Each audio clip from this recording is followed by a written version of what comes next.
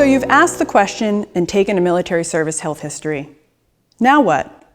Sometimes, after a good military health history is taken, or at any point in treatment or care, you might find that what the veteran needs exceeds what your facility or providers are able to treat.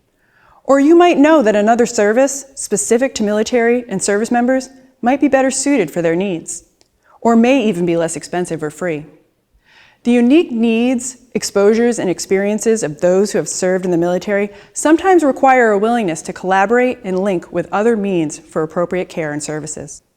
The toolkit includes many different resources and tools to help determine when referrals are necessary and how to talk to the patient about his or her options. One topic to be sensitive to is a referral to the VA.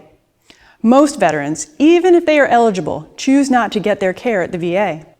There may be several reasons for this, but the most common is the perception that the VA should be reserved for veterans who really need it, meaning those who might not have health insurance to access private medical care.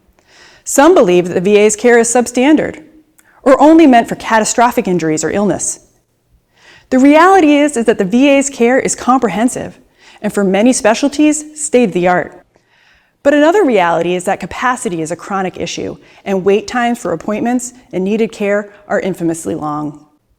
Another important factor when considering referral to the VA is that while the toolkit treats anyone who has ever served for any length of time as a veteran, the VA healthcare system does not, and eligibility must be met if the patient is not already enrolled. The toolkit provides detailed information that can help providers and patients determine if they might be eligible for VA services. When suggesting a referral to the VA for care, you may face some resistance. It will be important to be respectful of the patient's feelings, but also take time to clarify the benefits of the referral and educate on some of the processes. You might find that the veteran feels rejected or dismissed. Some of the stigma fears associated with military service and seeking health care are that private providers and facilities don't want to deal with them or their needs. This also includes concerns that their military health insurance, such as TRICARE, doesn't reimburse as well as privately funded insurances, and therefore facilities don't want to treat them. It is important to reassure and explain how the referral is in their best interest, how it may be specific to a certain health concern or problem they might have, and that it's better suited at the VA, and that you and your facility are more than willing to continue to serve them for their other healthcare needs. The toolkit includes worksheets and tips and information on how to talk to patients about referrals to the VA. Identifying a military liaison in your facility who makes it a priority to be educated on these issues and who can guide patients through the process can save valuable provider time. And it's an indicator to veterans, service members, and their families that your facility or organization takes their care seriously and appreciates their service. Here are some examples of when to consider a referral to the VA. Some veterans are not required to make co-payments at the VA. Some veterans even qualify for free health care. If you have a patient who is struggling financially to engage in the care that they need, or has a high deductible and an expensive procedure is needed, explore the VA as an option for their needs.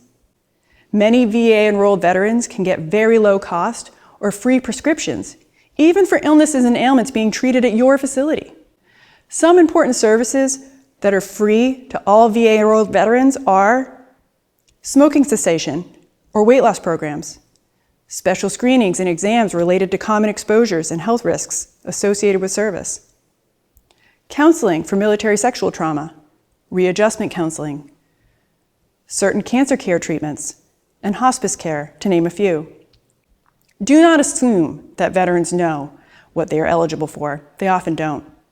Here's a quick tip that might help encourage a reluctant veteran to enroll in VA care. Many veterans do not know that by enrolling in their local VA, even if they never use it, for any of their health care, they will actually help all veterans in their region. Individual VAs are federally funded and sourced based on the number of veterans enrolled. The more veterans enrolled, the more federal money for services that particular VA receives.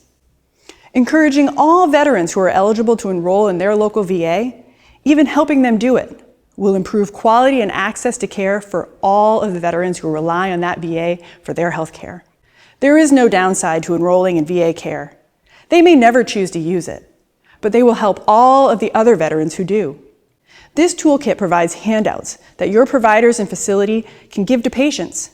The handouts contain information on how to determine eligibility, how to enroll in their local VA, how to file a disability claim, or even how to contest or request an upgrade in discharge status. Use the handouts as is or adapt them to fit your facility's needs. In addition to the VA, individual states and communities often have services, charitable organizations, and funds meant to support those who have served and their families.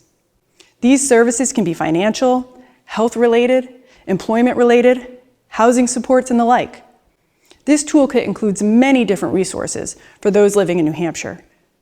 And these kinds of services, when not federally funded or supported, often have a broader definition of veteran, and thus allow for supports and services to be extended to those who otherwise may not be eligible for VA benefits and supports.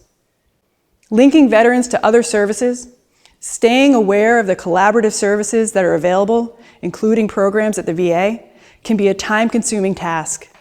It cannot be emphasized enough how valuable a military liaison in your facility can be.